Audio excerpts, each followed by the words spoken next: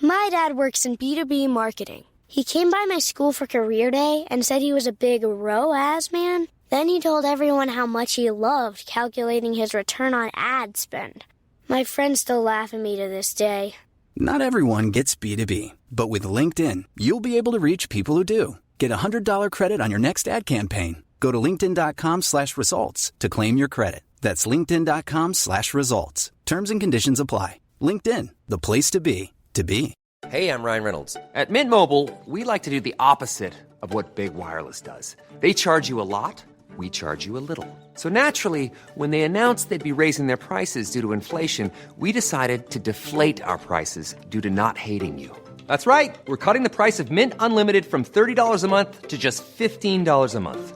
Give it a try at mintmobile.com/switch. $45 upfront payment equivalent to $15 per month. New customers on first 3-month plan only. Taxes and fees extra. Speed slower above 40 gigabytes. See details. Cheers to fall at Whole Foods Market with sales through October 29th. Select frozen pizzas are 50% off with Prime. So stock up and be ready for game day. Hosting a cozy dinner? There's a sale on hearty no antibiotics ever beef chuck roast and stew meat. Or be the best guest ever and bring a robust bottle of Bordeaux wine or a specialty cheese like Humboldt Fog.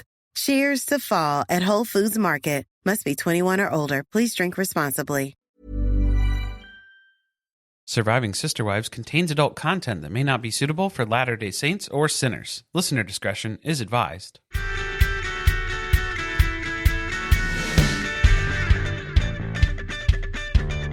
Hello and welcome to Surviving Sister Wives, the podcast where a monogamous couple drink heavily while recapping Sister Wives on TLC. I'm Corey. And I'm Carly. And this is season 18, episode 17, One-on-One, part 3.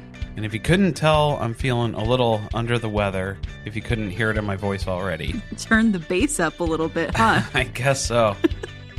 But I'm also doing this at death's door because my temperature was over 100 degrees, which we know Kody's hospitalization level is at 99.6. Right. I mean, you should have been able to at least call out of the podcast today, at the very least, if not rush to the ER. But I'm pretty sure it's not COVID, so it's not life-threatening at this point. So if you hear any sniffles or sneezes in the background, I apologize in advance.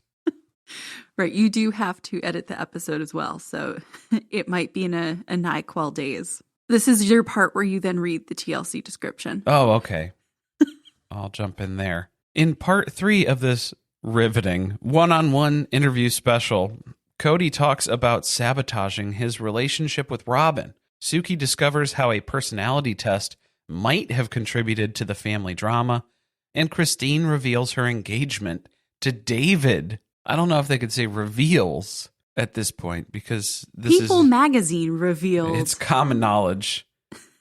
There is no revelation that's taking place. Can you believe that they left out what would have been the most anticipated parts of this episode, which was revisiting the family Christmas gift exchange group text thread? And damn, that is hard to say. Well, and also we did get to hear David say one word. So, we didn't even get to see him sit down, did we? We do know that. He can speak. He can communicate. But that's all we know so far. And after one word, we already know he's a better communicator than Kody. I'm assuming that's going to be a big part of the episode next week. Because they have to sell us in on wanting to watch their wedding special. Well, I just wish we would have had at least 2 episodes of bashing Kody, because then we can get David's take on some of this stuff. He could chime in. Because now we've had Robyn constantly chiming in on stuff that she has no business commenting on because she wasn't around or wasn't involved. So I would love to get David's take on literally everything. Maybe he should have been on the couch the whole time with Christine, like the old days. Yeah, it would be all 5 of them and then David wedged in on the side too. No, I would want him in the middle right next to Kody. So it would be like Meri, Robyn, Kody, David, Christine, Janelle. Okay. That's the seating arrangement that I would go with. I don't know if Meri wants to sit next to Robyn anymore, but we'll talk about that a little bit later. Nobody does. Yeah, Meri gets her own recliner off to the side, her own little lazy boy. Every once in a while, they could just pan over to her. She's like in a smoking jacket. This is ridiculous. It's not like they care about her opinion anyway, so we'll just check in from time to time. She's just scrolling through. She's doing Friday with Friends with Jen. Nobody cares. She's playing crossword puzzles on her phone. Candy Crush. I've got a little rewrite. Are you ready? Let's hear it. Kody spares Meri the embarrassment of looking like a hysterical woman. Robyn suffers from benzo-induced amnesia. David almost makes his TLC debut. So close. It was so close. Like they really tried. And man, I feel like I'm going to be right on par with Robyn, with where she was at in her benzo trip on this episode and where I'm at with cold medication. We're going to be pretty much on an even playing field. She was coming down off of him, though, in this one. She seemed to be tapering. Yeah, she had reached the height in episode 2, and now she's on the downswing. You took him too early, girl. Or she just, her adrenaline pumped through it, and now she's on the other side. She already broke through. Needs a 5-minute break to go swallow another pill. Freshen up. Announcements? I'll take the lead on that this week. Well, I think we had a few listeners from the virtual cul-de-sac over at patreon.com/survivingpod who are on the Discord that we have, our private Discord, as part of our Patreon, who were going through Robyn's DIY ornament instructional blog that's on My Sister Wives Closet. 'Tis the season. So they are making some of their own festive holiday ornaments. I do want to clarify that My Sister Wives Closet, you can still access all of the website. I know that the LLC was recently closed, but this is still here for your viewing pleasure. It's under the news section if you're trying to navigate your way over there. I guess they didn't know how else to say a blog. Didn't want to just call it a blog. Blogs on corporate websites help with SEO. You think Robyn knows that? I don't think she does. And based on this post, I think there's a lot of things she doesn't know, because it basically starts out as, I love Christmas and all of the holidays during this time of the year. Just all of them. She's inclusive. Very much so. To an extreme. I don't know if you knew, but My Sister Wives Closet had an entire D&I arm. There you go. That's good. Now it's a DNR. Block. Because that baby is flatlining. I love the cheer, the traditions, the goodwill towards others, and the message of peace and family. So this is so appropriate to what we're reviewing right now, because basically nobody in the family wants any sort of contact with her except for Kody. It's pretty impressive. It is to have alienated that many people. We almost missed a major celebration in the Brown family. Did you know this, Corey? Whose birthday? Was it a birthday? It was not a birthday. Not a birthday. It was an anniversary. Happy paperwork shuffle anniversary to Kody and Robyn, who were seen out at a steakhouse celebrating this day that they said didn't even matter to them. They didn't even jot the date down, but they still remember and managed to go out for a steak dinner to celebrate it. Just casually on a Monday night, like one does. Maybe they're celebrating the approval of their building permit at the Shiraz Chateau, which is now good through the beginning of June. They're going to do some home renovations. What? Are you making this up? This? No, yeah, there was an article. I missed it. Oh, yeah, it's out there. So they're doing a little retouch, a little freshen up. Looks like they're getting a new roof, probably. Is going to be a big part of it. Some other demolition. I don't know what else they're going to be doing, because there's art on every single square inch of those walls. So I don't know what walls you're going to be blowing out. They're all load-bearing at this point. Maybe they need more walls to hang more art. They're just adding walls. Like nice half walls that they could just place around strategically. I can't wait to see the art gallery when it's finished. Still nothing on Coyote Pass, though. Oh, surprising. Of course. A public service announcement that we have to make this week. There are fake AI-generated voicemails from Kody Brown floating around TikTok. Pretty poorly made, too. I was going to say the AI, not very convincing. No, and it didn't even sound like it was from a phone, like a voicemail. It sounded like a clear audio recording that was then passed through a filter to make it sound like it was on a phone, but definitely didn't sound like phone audio. It was too clear. So whoever is out there in the universe making these, you need to step up your game. Well, it still managed to convince quite a few people, but... Yeah, I mean, first of all, Kody doesn't call Meri, and he certainly doesn't leave voicemails. Something tells me that Kody hasn't left Meri a voicemail since the catfish incident. Do you think she has an old one saved that she plays over and over again when she gets lonely? And they were like, it's time to back up your iCloud account because you're going to lose your file, Meri. And the last piece of news is that we will be recapping Murder She Baked, a plum pudding Christmas on our Patreon this week. Maybe I'll get baked for that. I'll see how I'm feeling. Hopefully you'll have recovered by then. Man, I hope so. Okay.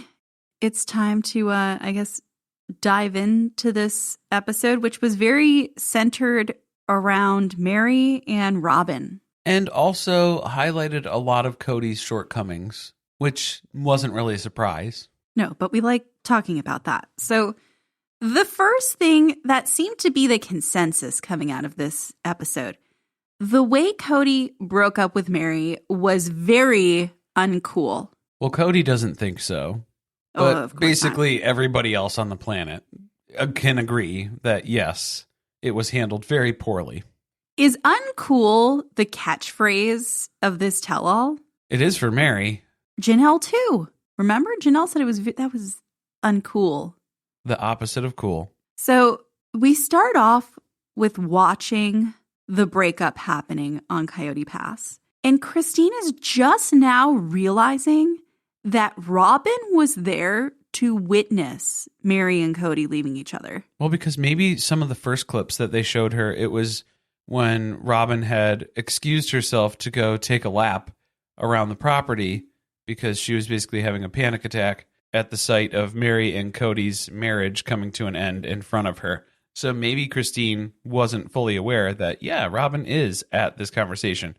So she was shocked when Robyn was actually seated at the table with Meri and Kody for this discussion. Wait till she sees the full context of it, because it really was a breakup with Robyn. It was Meri and Kody breaking up with Robyn. Well, telling their child that their marriage is over. Got to sit her down and brace her for impact here.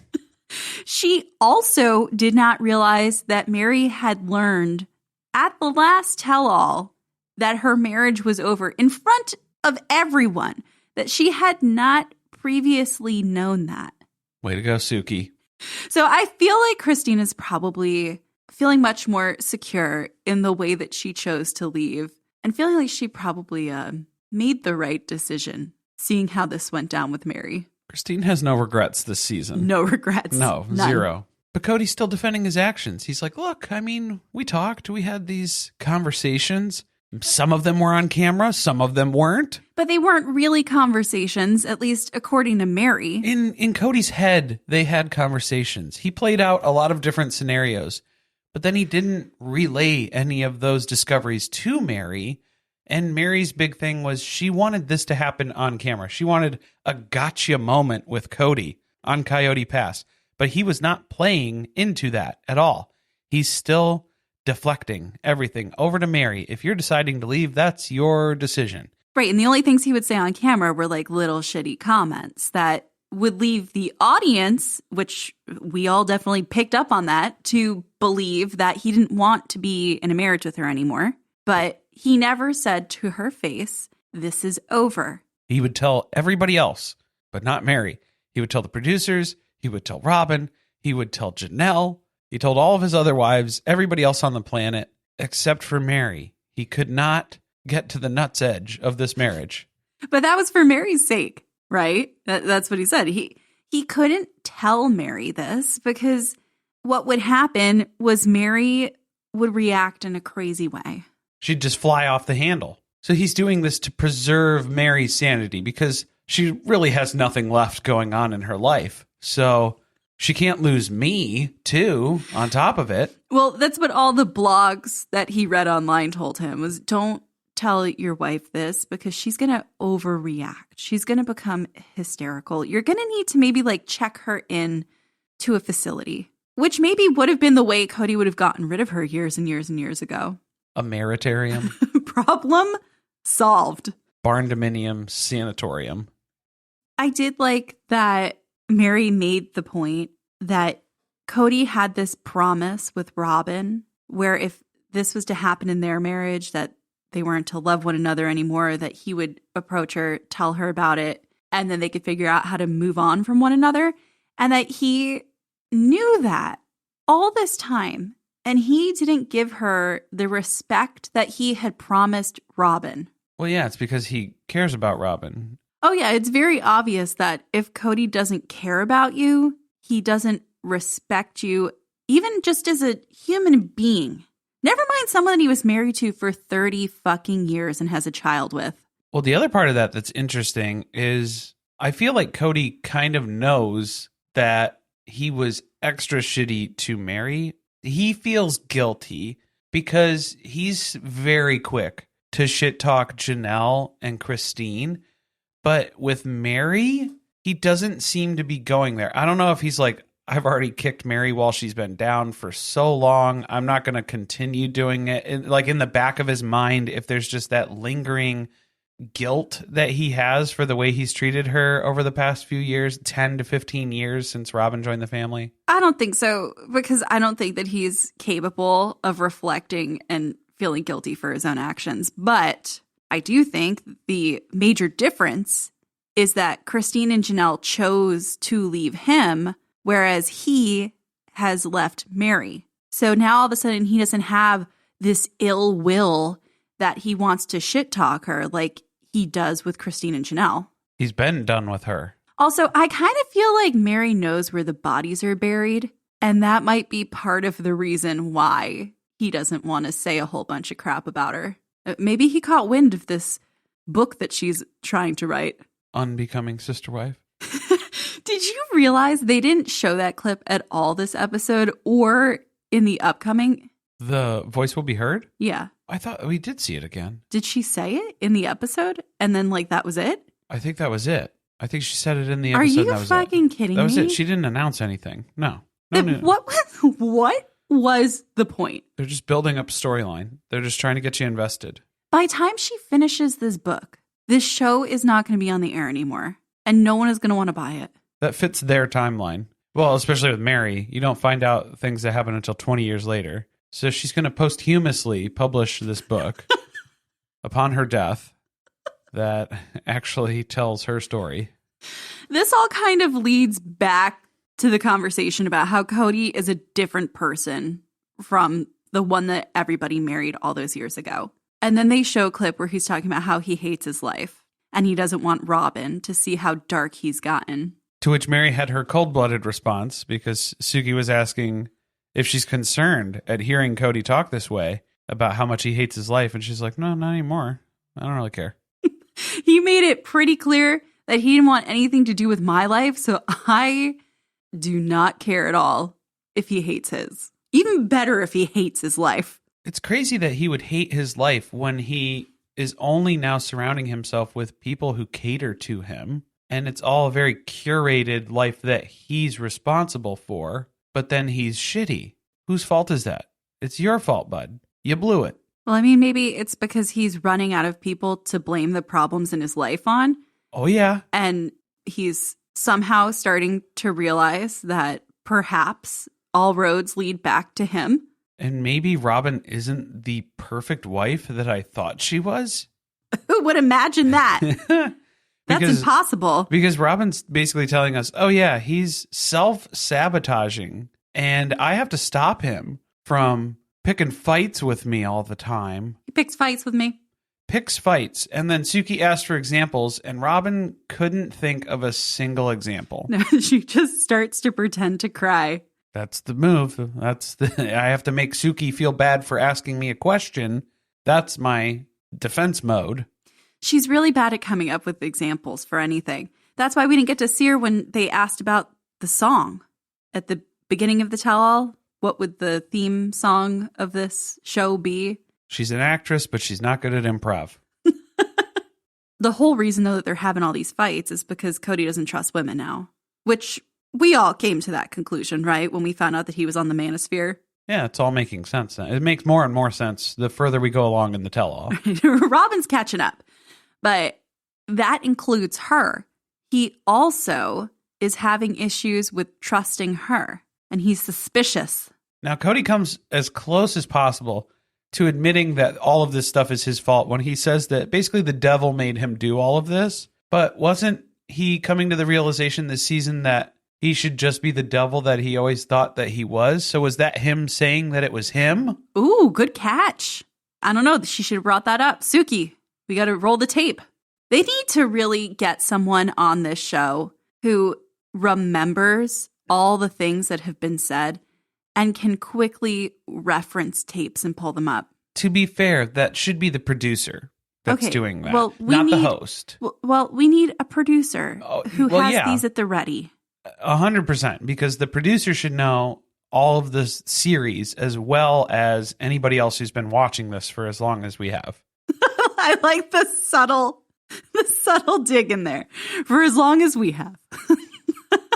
Because I would not put the onus of the Sister Wives universe in its entirety onto Suki, because she's picked up enough over the past few years that she's been doing this, where she has been able to maintain the relationships and do this. I would want somebody to go in with those examples and pull up those historic examples and provide context for her as part of those interviews. They need to schedule some breaks in the interviews or something so that way they can kind of regroup in between. And revisit questions. And be like, hey, Suki, look at this. Look at this clip. This is from like season 6. You need to watch this right now. After Kody and Robyn's interview, it'd be like, Suki, we're going to need to take about an hour because I have a bunch of clips to show you. I have a catalog of footage for you to go through.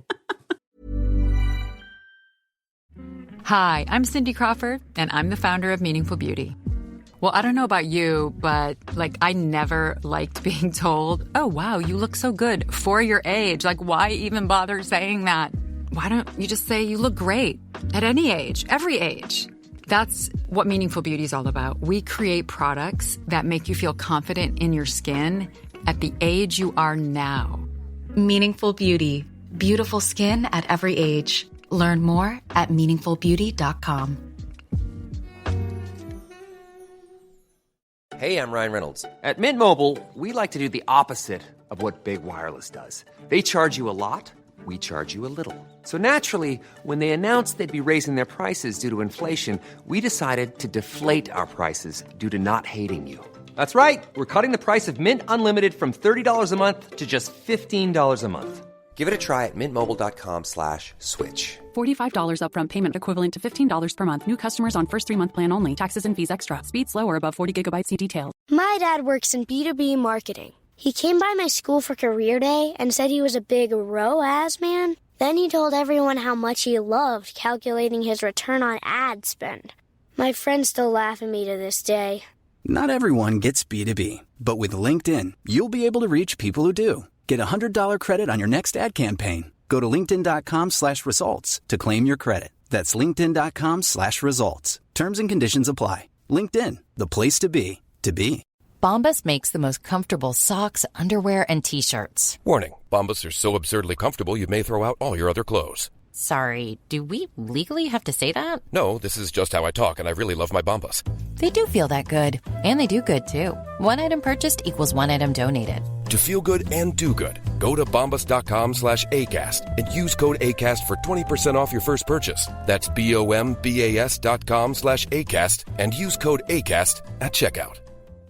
Hey there. Looking to level up your shopping experience? Let me introduce you to Amazon Live.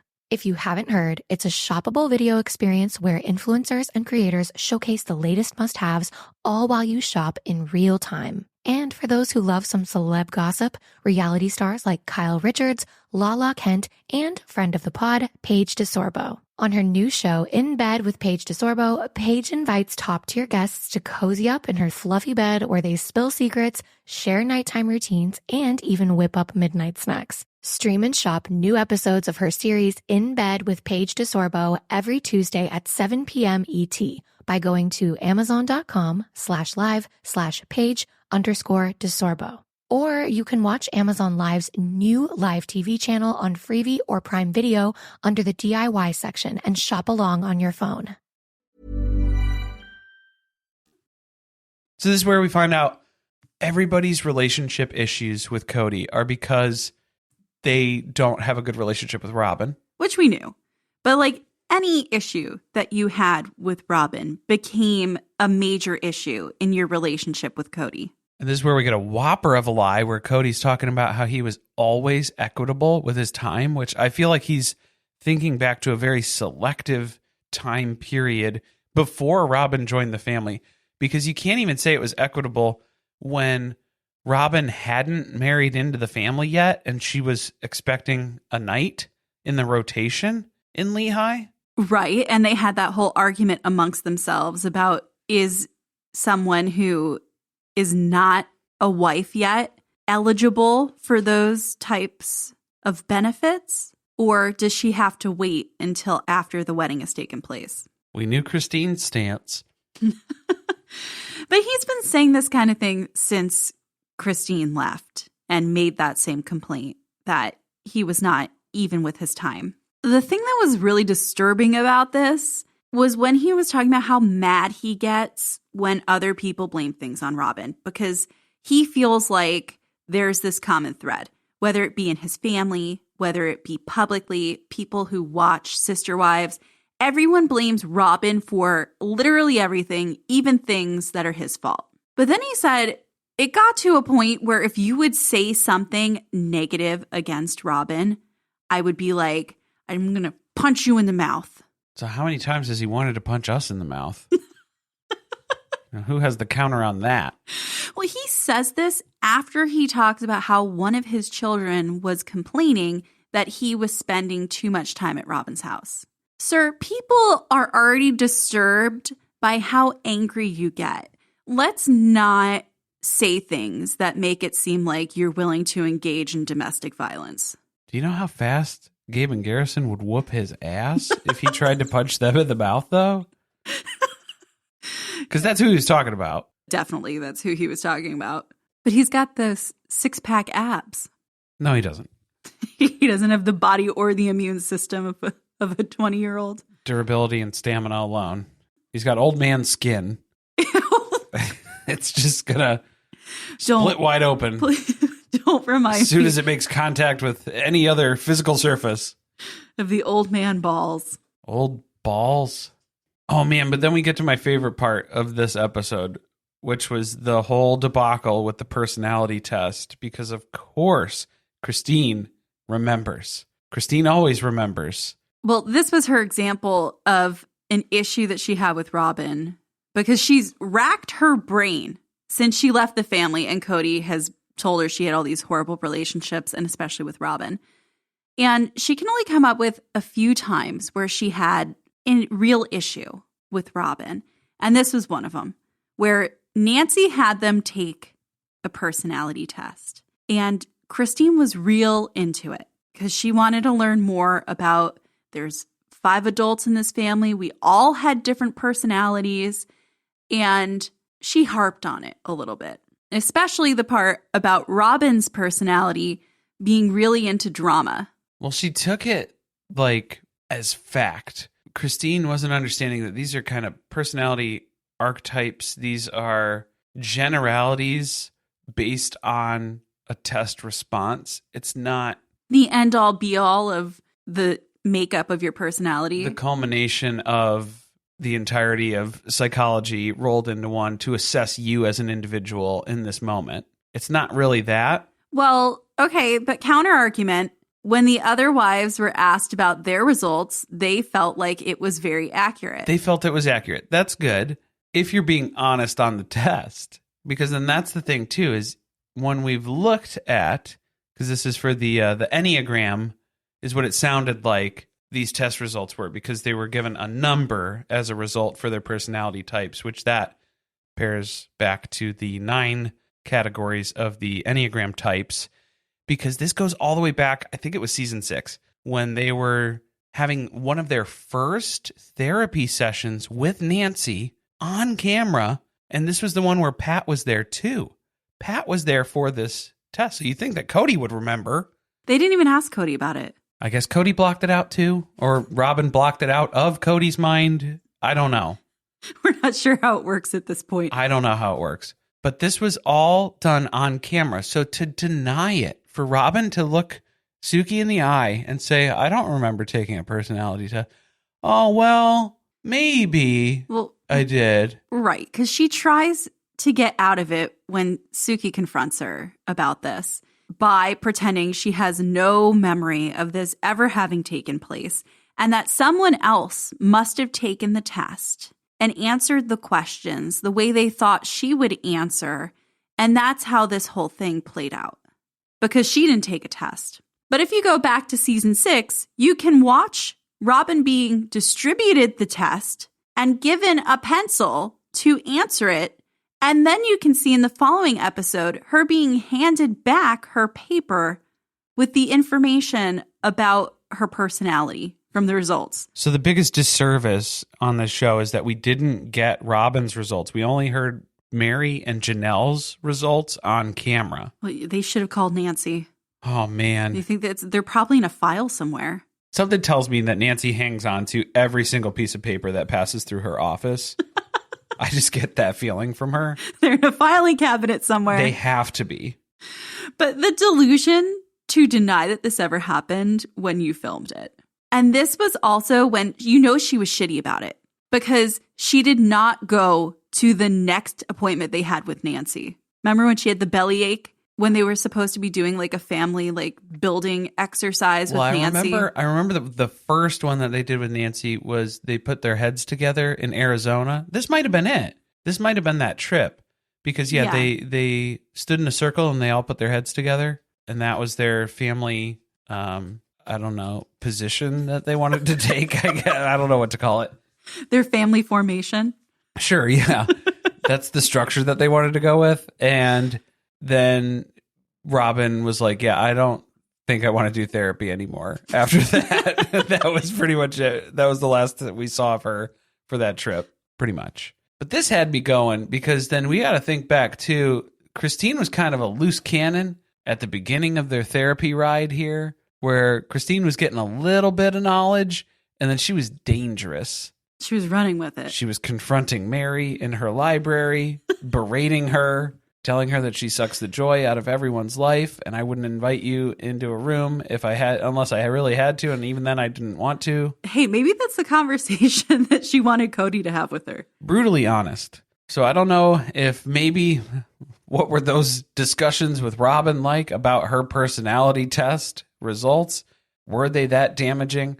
Maybe not the most delicately put. I don't think that Christine was pulling any punches, and she didn't realize that she was punching either. But you could tell, just for Robyn to deny that it happened, refuse to remember, pretend like she doesn't remember, and then maybe 5 minutes later yell out that it's not just her being dramatic. Christine. Okay.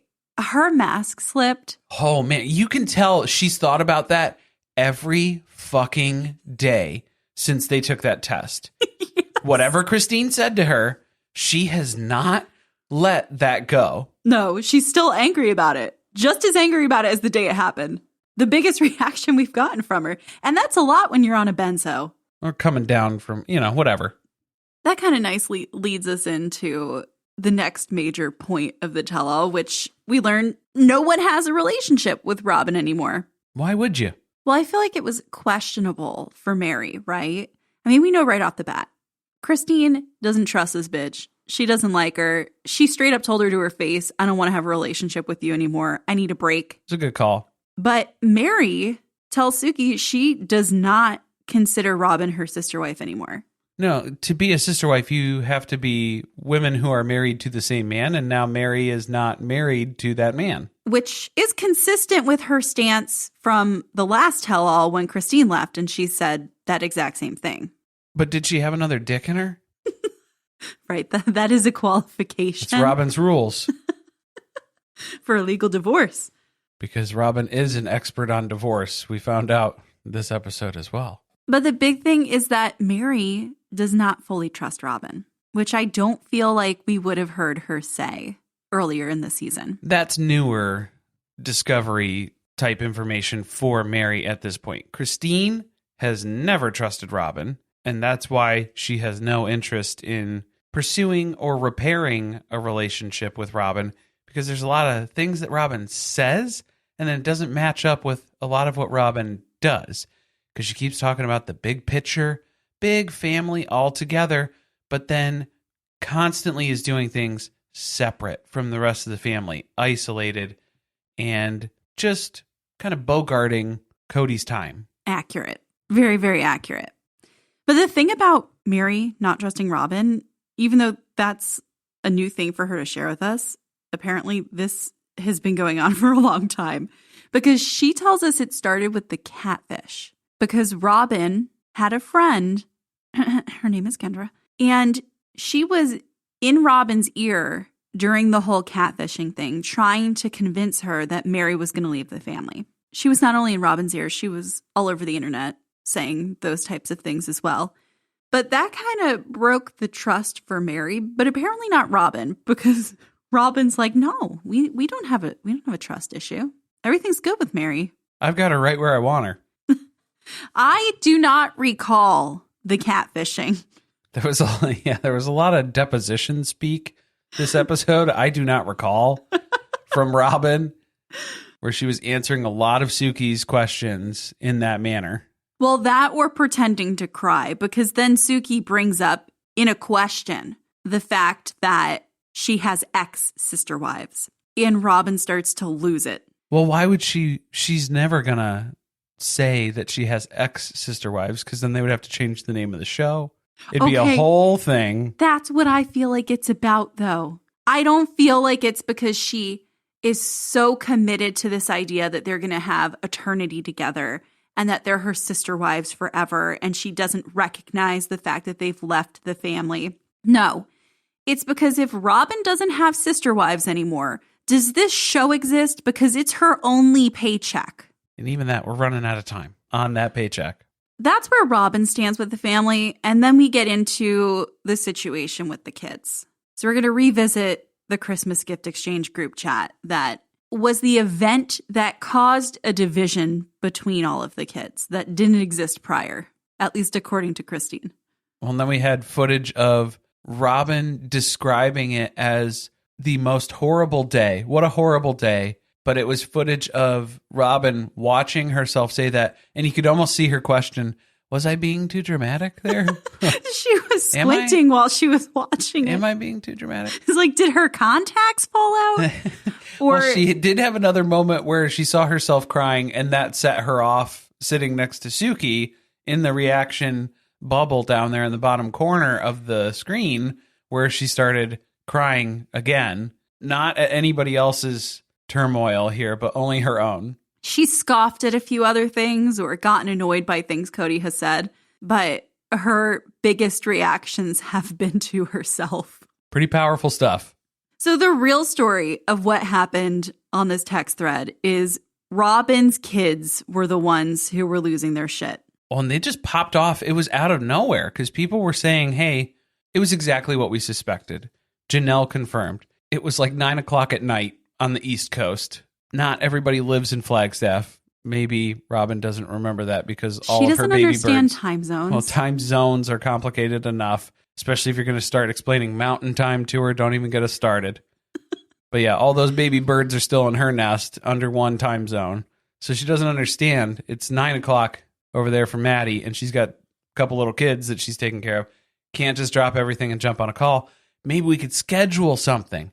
But then that's when Robyn's kids start unloading with, you've never been nice to us. You were always mean to us. All of you, brown kids. This whole experience of being in this family has been so terrible that we are never going to want to have our own families. Which, thank you, I guess, is what we need to say. Thank you, brown family text thread. Wow, Robyn is really going to never sit on her porch watching her grandkids. No grandkids. No sister wives, no grandkids. I guess that's kind of a bogus way to come out as child-free, though. To blame your siblings, to say, you did such a bad job. You inflicted so much trauma on me. Of being a sibling that I don't even want my own family. The line ends with me. Also, what kind of guilt trip is it that you're trying to pull on everybody in the text thread? Again, like, we're the ultimate victims. Now we can't even move on from this and enjoy our lives because we're not going to be able to have our own families and feel secure. Not a victim, sweetie. Robyn was already amped up before this entire chat started because someone was telling her the other kids hate her. A person. Again, asking to provide an example. Who was this person who was telling you? It's a person. Who does Robyn talk to in this family? Kody. It was clearly Kody. Who was telling her all the kids hate her. She doesn't talk to anybody else in this family. We're just going to expect... Who was it? The nanny telling you? Oh, it sounds like all those kids hate you. No, she doesn't give a shit. Baby Annabelle Brown. That's the voice in your head. So clearly, it only took a little for everyone to get set off. So Janelle and Christine were reading through it because I don't think they were originally part of it. Christine said she read through it because... Surprisingly, you can have your adult children in a text thread and you as a parent don't need to be in that text thread as well. Well, unless you're Robyn. Which is news to Robyn. Because apparently Robyn and Kody were added to it when Robyn's children received the texts. Now, if it was an email chain, do you think that Robyn's kids would have CC'd Robyn or do you think they would have BCC'd Robyn? BCC'd. It was definitely a shady BCC. Yeah, so they're shocked. They're reading the things that were said, and they're like, damn, we had no idea that Robyn's kids felt that way. But okay, good to know. Like, thank you for letting me know. Well, of course, though, that's not accurate if you ask Robyn, because there were plenty of times throughout the years where she had to make the wives aware of situations like when her kids were getting picked on by other kids. Well, that sounds like co-parenting. So you guys weren't doing that? Or how do you go from your kids picking on my kid to you all have made our lives a living hell, never accepted us, tormented us every single day, and now we cannot move on and have families of our own in the future? I don't even want my own family. But then in the same breath, but I want our family to reconcile. Why? What do you mean? And clearly you don't want reconciliation at that point. If all of these people are as terrible as you say that they are, why would you want those relationships back? Good question. It doesn't make any sense. They are kind of having a moment upon reflecting on how they handled the whole integrating the families together. And they're realizing that maybe telling the kids, look, this woman's joining the family. She's going to be your new mom. These are your new siblings. Sit down, shut up, and accept it wasn't the best approach. But they were expecting Meri to enforce that because nobody else in the family was going to. The enforcer. So they put that on her, and she was laying down the law. But I guess it's because that's basically what they did to Christine and Janelle, too, because they didn't really have a say. They already presented Robyn to them as this spiritual witness that she is joining the family, and it doesn't matter what your opinion is, so you need to get on board, shape up, or ship out. Well, that's true. That's because, well, Meri thinks she had a part in all of it. But Meri instigated the whole thing. Yeah, she... Well, Meri suggested that Robyn seemed like someone who they should get to know more. But once Kody decided that he liked her, it was too late for anyone to change their minds. So I guess it's not that surprising that then that's how they presented it to the kids, because that was how it was presented to most of the adults that were involved. Why change the approach when it worked the first time? It seems to be working. Let's just keep doing that.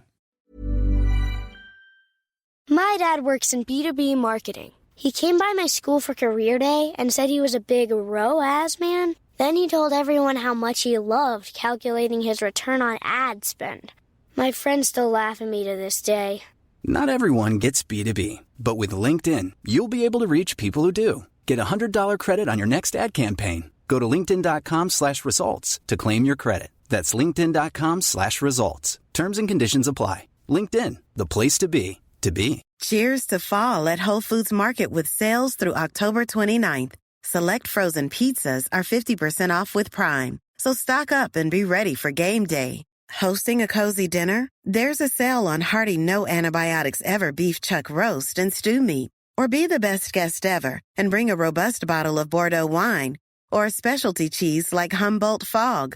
Cheers to fall at Whole Foods Market. Must be 21 or older. Please drink responsibly. Hi, this is Farnoosh Torabi, host of the Webby-winning podcast, So Money. If you're aiming for a goal, be it saving for a house, growing your family, or retiring, life makes it difficult to stay the course. But with a dedicated Merrill advisor, you get a personalized plan and a clear path forward. Having the bull at your back helps your whole financial life move with you. So when your plans change, Merrill's with you every step of the way. Go to ml.com/bullish to learn more. Merrill, a Bank of America company. What would you like the power to do? Investing involves risk. Merrill Lynch, Pierce, Fenner & Smith Incorporated, registered broker-dealer, registered investment advisor, member SIPC. Cue the fireplace and your favorite fall movie. There's nothing better than a cozy evening at home with a glass of First Leaf wine. First Leaf is a personalized wine club that delivers right to your door. Sounds magical, right? They get to know your favorite tasting notes, which varietals you enjoy, and whether you prefer sweet or dry wines. So in every shipment, you get bottles tailored to your unique palate. Go to tryfirstleaf.com/fall to get your first 6 wines for just $44.95 with free shipping. Bombas makes the most comfortable socks, underwear, and T-shirts. Warning, Bombas are so absurdly comfortable you may throw out all your other clothes. Sorry, do we legally have to say that? No, this is just how I talk, and I really love my Bombas. They do feel that good. And they do good, too. One item purchased equals one item donated. To feel good and do good, go to bombas.com/ACAST and use code ACAST for 20% off your first purchase. That's BOMBAS.com/ACAST and use code ACAST at checkout. And finally, we kind of get introduced to David. We learn the backstory, I guess, of how they met, which was Christine was online dating. Allegedly. Is that what the case was? I thought that she knew David. Okay, that's what I thought the story was too. I thought that they had a history. No, I thought that one of the kids knew of David, right? And was you should meet David. Not like a dating history, but I mean, like they knew each other, social circle. They had been acquaintances before. Well, the story we're getting now is that she had been on a dating site and she was just casually dating, and she saw his profile. She was Tinder swiping. She saw those eyes, and her loins lit aflame. Oh, dear. Oh, my. They went on a few dates. By date 4, she's in love. Because you know what happened on date 3. She got divorced, if you know what I'm saying. She got the D, the big divorce. To feel desired was magical. I think you're right, Corey. Tell us more about that. That's where Suki should have dug in a little more. Third date. I don't care about the 4th date, Christine. What happened on the 3rd date? Why was he the thumbnail for this episode on Max when we didn't even get to hear him say more than hello? Because he looks like a thumb. So they just... Well, look like a thumb. Now he sounds like a thumb in my mind, too. Oh, you are not making friends out there, huh? I don't trust this guy. You don't trust him? I don't. Well, we're going to learn, hopefully, a lot more about him the next episode. And then so let's reserve our judgment until then. Well, if we get one word per episode, then we should have a pretty good idea of the type of man that he is at the end of their wedding special. Next episode. In the final episode of this interview special, Robyn discusses coming to terms with monogamy and what she needs to move on. I'm guessing it's monetary. Yeah, divorce from Kody. A legal divorce now. Christine introduces her new fiancé, David, and the couple shares the events that led to their engagement. Should we share the results of our Enneagram tests I forgot. as well? We did take the Enneagram test, and I don't know. I don't know if this was like a good site to take it on. It's one of those, it's hard to tell. It's not one that we paid for, but we weren't going to give our email address out for the results for something else. So, I mean, it came back as something. Yeah, it came back, though, as like split results, which I guess makes sense that you fit kind of into certain a couple of different categories. It was percentage based, or, the tally of the responses that happened. But I think we both came back primarily as 5s, which were the investigators, which I guess that makes sense. 5s, and then I was also an 8.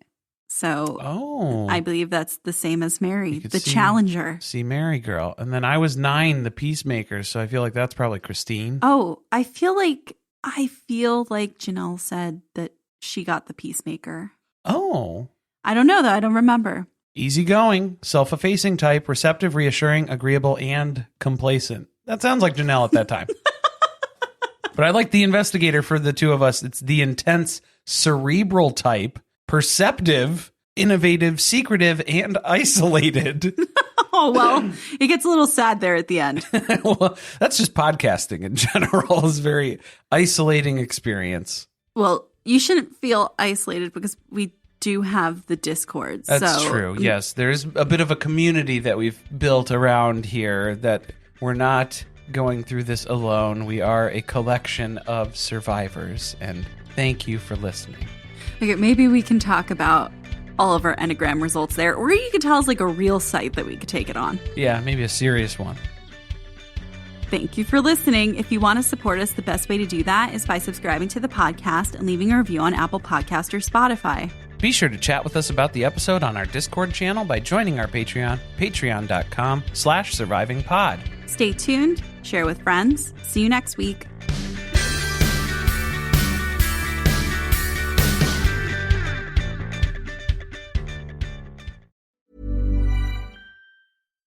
Cue the fireplace and your favorite fall movie. There's nothing better than a cozy evening at home with a glass of First Leaf wine. First Leaf is a personalized wine club that delivers right to your door. Sounds magical, right? They get to know your favorite tasting notes, which varietals you enjoy, and whether you prefer sweet or dry wines. So in every shipment, you get bottles tailored to your unique palate. Go to tryfirstleaf.com/fall to get your first 6 wines for just $44.95 with free shipping.